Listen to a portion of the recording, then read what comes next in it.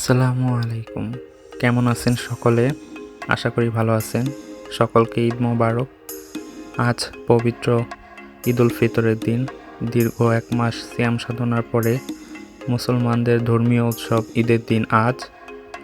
তো আজ আমরা বিকালে বের হয়েছিলাম ফরিদপুরের একটা বিখ্যাত জায়গা ধলার মোড়ে। এখানে পদ্মা নদীর পাড়ে অনেক লোকের আগমন ঘটে।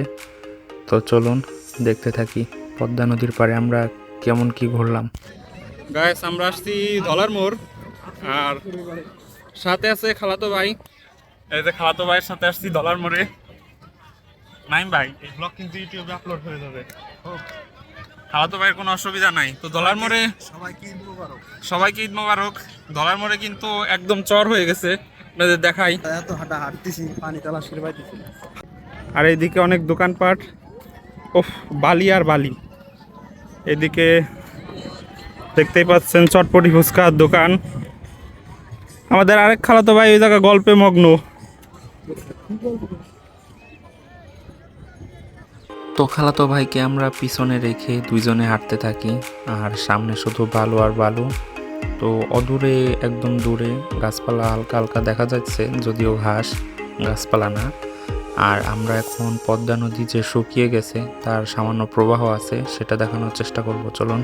আমি আর নাইম ভাই এগোয় যাইতেছি যে বালির টুকুই মারছে নাইম ভাই। এইদিকে একটু পানির দেখা পাওয়া গেছে। আমার মনে হয় এটা ওই যে মাঝখানের যে ইটা থাকে আর ওটার উপরে চর। তো আপনাদের দেখাই।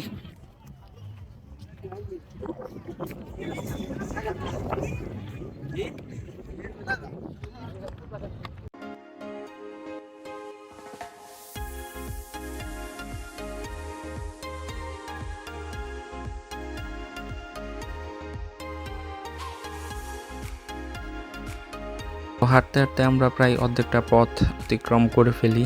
আরও সামনে এত দূর পথ আমাদের এগিয়ে যেতে হবে, তাহলে আমরা পদ্মা নদীর স্রোত প্রবাহ দেখতে পাবো। তো চলুন।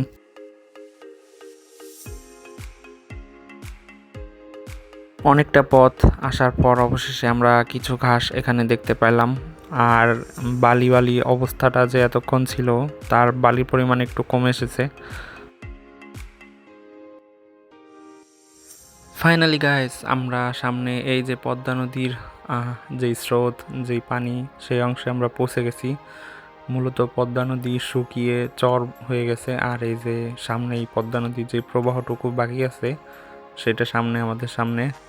অবশেষে ভালো লাগতেছে এখন এই পর্যন্ত আসতে পেরে।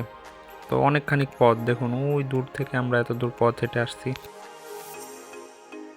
এটা হচ্ছে পদ্মা নদী, আর পদ্মা নদীর এখন দৈর্ঘ্য প্রস্থ একদম কমে গেছে।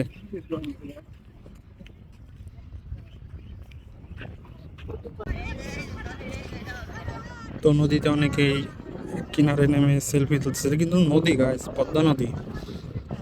প্রস্থ কমে গেছে, শুকাই গেছে নদী, কিন্তু কেউ আবার লেক ভাইবে ভুল করেন না।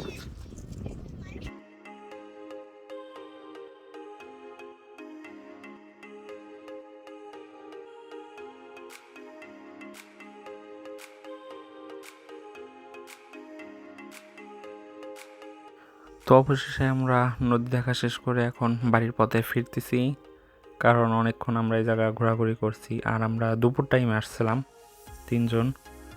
এখন আমরা বাড়ির দিকে রওনা দিছি।